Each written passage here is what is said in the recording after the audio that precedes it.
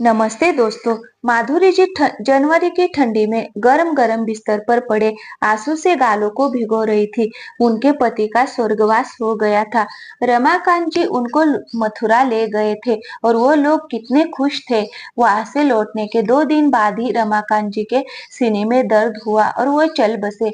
माधुरी जी तो अपनी शुद्ध ही भूल गई थी, लेकिन बेटे बहू सब कुछ भुलाकर बड़ी जल्दी आगे बढ़ गए थे। खैर, कुछ सोचते हुए कमरे से बाहर आई तो उनकी बहू निशा डाइनिंग टेबल से जूठी प्लेट उठा रही थी। माधुरी समझ गई कि बेटा बहू ने नाश्ता कर लिया है। आजकल वो लोग उन्हें साथ में नाश्ता भी नहीं कराते थे। वो धीरे से बोली, बहू मैं सोच रही हूँ इस बार तुम्हारे ससुर जी की बरसी पर वृद्धाश्रम जाकर खाना और कंबल बांट आऊं। निशा तुनकते हुई बोली, अम्मा जी हाँ, हमने कोई खजाने नहीं गाड़ रखे हैं, आपके खर्च बढ़े जा रहे हैं। मैं तो सोच रही हूँ आपको ही वृद्धाश्रम छोड़ आऊं। माधुरी जी स्तब्ध रह गई। बहू ये क्या बोल रही है? आजकल बेटे बहू की बातें उनके कानों में पड़ती थी। वो भी समझ गई थी कि घर में उनकी क्या हैसियत रह गई है, लेकिन वो अनकही बातों को अनसुनी करने में ही भलाई समझती थी। लेकिन आज तो बहू ने सामने से मुंह खोल दिया था। तो माधुरी जी हैरानी से बोली, बहू तुम ये कैसी बातें कर रही हो? मेरा खर्चा तुम्हें इतना भारी लगने लगा? क्या तुम भूल गई कि मुझे पेंशन भी मिलती है? तभी विभोर ने गुस्से में पीछे से आकर कहा, माँ, मुट्ठी भर पेंशन से कोई खर्चा नहीं चलता है। तुम्हारी पेंशन तुम्हारी दवाई में ही खर्च हो जाता है। फिर बड़े बड़े शौक पाल रखे हैं तुमने। इतना ज्यादा खर्चा करोगी तो कल को कोई इमरजेंसी आई तो तुम्हारे लिए रुपए कहाँ से आएंगे? निशा ठीक ही कह रही है। बाबूजी को इस दुनिया से जाना था तो चले गए। उनके जाने के बाद इतना दान में पूर्ण करने की क्या जरूरत है? बड़ा आई दान पुण्य करने वाली। माधुरी जी बैठी रह गई। उनका बेटा अपना बैग उठाकर ऑफिस जाने लगा। बहू घर के कामों में लग गई और साथ में बड़बड़ाई जा रही। कितनी बार मैंने समझाने की कोशिश की अपनी माँ को वृद्धाश्रम के छोड़ा, लेकिन ये मेरी सुनते ही कहा है। मैं भी देखती हूँ कब तक बिठाकर खिलाएंगे इन्हें। दिन पर दिन इनके नखरे बढ़ते ही जा रहे हैं। जब बहू की बकवास सुनते सुनते माधुरी एकदम से पक गई तो वो भी गुस्से से तमा उठी और कहने लगी, तो ठीक है बहू, मुझे भी तुम्हारे साथ नहीं रहना, मैं वृद्धाश्रम में रह लूंगी। ये सुनकर निशा खुश हो गई और झाड़ू फेंककर बोली, सच माँ जी, किसी अच्छे वृद्धाश्रम पता करें। आप अपनी पैकिंग कर लीजिए। आपको कुछ और चाहिए तो बोलिए, मैं आपको शॉपिंग पर ले चलती हूँ। आपको जो चाहिए खरीद लीजिए। हम महीने में एक बार आपसे मिलने भी आ जाया करेंगे और आपकी पेंशन आपके पास ही रहेगी। आप चिंता मत करिए, हमें तो आपकी पेंशन का लालच नहीं है। आप आराम से वृद्धाश्रम में रहिए और हमें क्या चाहिए? वह उन्हें वृद्धाश्रम में रहने के फायदे ऐसे सुना रही थी जैसे वह उन्हें वृद्धाश्रम भेजने पर कोई बहुत पुण्य का काम कर रही है। थोड़ी देर पहले कितना चढ़कर बात कर रही थी और अशी मानो उसके मुंह से फूल बरस रहे थे। माधुरी जी व्यंग से मुस्कुराते हुए बोली, हाँ बिल्कुल ठीक कहा। बच्चों के साथ रहने में अपना आत्मसम्मान खतरे में दिखाई दे तो बच्चों के साथ रहना भी नहीं चाहिए। निशा बोली, माँ जी वो सब छोड़िए, आप बताइए ना आपको क्या क्या चाहिए? माधुरी जी हंसते हुए बोली, बहू तुम्हें ज्यादा परेशान होने की जरूरत नहीं है। ऐसा क्यों सोच रही हो कि मुझे वृद्धाश्रम के लिए कहीं भटकना पड़ेगा? मैंने फैसला किया है कि मैं अपने घर को ही वृद्धाश्रम में परिवर्तित करूंगी। मुझे तुम लोगों से और कुछ नहीं, बस अपना घर वापस चाहिए। ये सुनकर निशा हक्की बक्की सी खड़ी रह गई और फिर बोली, माँ जी आप मजाक कर रहे हैं ना? ये घर आपके बाद हमारा ही तो होगा। हम इस घर से कहाँ जाएंगे? माधुरी जी अपना चश्मा ठीक करते हुए बोले, तुमने बिल्कुल सही कहा बहू। मेरे बाद ये घर तुम लोगों का होता, लेकिन तुम लोग तो मेरे जीते जी मुझे ही इस घर से निकालने की बात कर रहे हो। तुम फिर मेरे बाद में तुम्हें ये घर दे दे दूंगी कैसे सोच सकती हो? पहले तो मैं खुद ही इस घर का अच्छे से इस्तेमाल करूंगी, इस घर में शान से साथ रहूंगी। उसके बाद तुम लोग इस घर के बारे में सोचना भी मत, क्योंकि मैंने इस घर को वृद्धाश्रम में परिवर्तित करने का फैसला कर लिया है, जहाँ पर मेरे जैसे बहुत सारे बुजुर्ग रहेंगे। जिनके बच्चे उन्हें बुढ़ापे में बेघर करने की सोचते हैं। अब हर किसी की किस्मत में तो ऐसा नहीं होता कि उनके पास एक घर हो। जो लोग बच्चों पर निर्भर होते हैं, वो लोग तो बेकार हो ही जाते हैं ना। ऐसे लोगों के लिए मैं ये वृद्धाश्रम बनाना चाहती हूँ। अब जिन बच्चों को माता पिता से छुटकारा चाहिए, उन्हें छुटकारा देकर मैं भी तो पुण्य का काम ही करूंगी ना। निशा को ये बात सुनकर बहुत तेज झटका लगा। माधुरी जी बोली, निशा, अगर तुम्हें कोई शॉपिंग करनी हो तो मैं तुम्हारे साथ चलने के लिए तैयार हूँ। बोल बोल देना, इतना कहकर वो अपने कमरे में चली गई। निशा के मन में खलबली सी मच गई।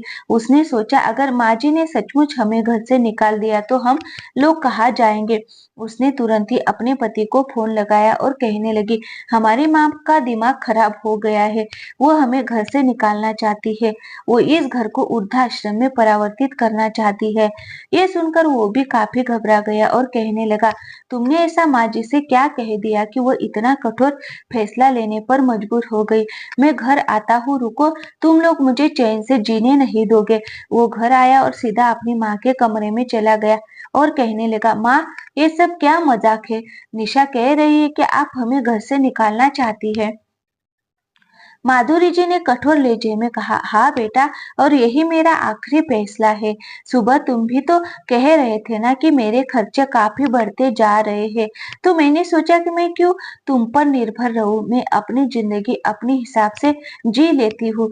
तुम लोगों को जहाँ जो करना है करो। अब मैं तुम लोगों से एक भी रुपया नहीं लूंगी, ना तुम्हें कुछ दूंगी। ये घर मेरे नाम पर है, तो मैं अपने घर में जैसे चाहे वैसे रहूंगी।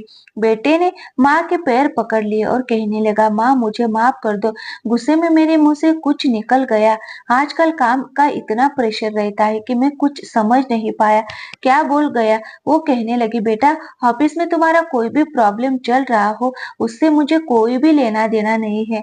मेरे जीवन में कितनी परेशानियां चल रही है, तुमने कभी जानने की कोशिश करी। तुम्हारी पत्नी मुझे दिन भर ताने मारती रहती है, तुम्हारी बाबूजी की याद मुझे दिन भर रुलाती रहती है। ऐसे समय पर मुझे कोई नहीं समझता, तो मैं क्यों किसी की सुनूं। मेरी पीड़ा समझने वाला जब कोई है ही नहीं, तो मैं तुम्हें अपने साथ क्यों रखूं।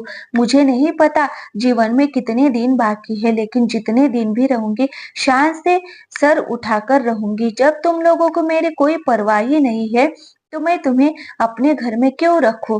बहू मुझे वृद्धाश्रम भेजने की बात कर रही थी, और वो इस बात पर कितना खुश भी हो गई थी कि वो और बोला, माँ, वो तो नादान है, कुछ भी बोलती है, मैं तुम्हें वृद्धाश्रम थोड़ी ना भेजता। व्यंग से हंस पड़ी और बोली, कई बार मैंने तुम दोनों की बात सुनी है, तो हमेशा अपनी पत्नी को समझाते रहते हो कि कुछ दिनों बाद माँ नहीं रहेगी, तो इस घर पर तो तुम्हारा ही राज रहेगा। कोई अपनी माँ के बारे में ऐसा बोलता है क्या भला। मैं नहीं चाहती कि तुम लोग मेरे साथ एक ही छत के नीचे रहो और मेरे बारे में ऐसी गलत बात बोलो। इसीलिए तुम लोग अब अपना सामान उठाओ और यहाँ से निकल जाओ।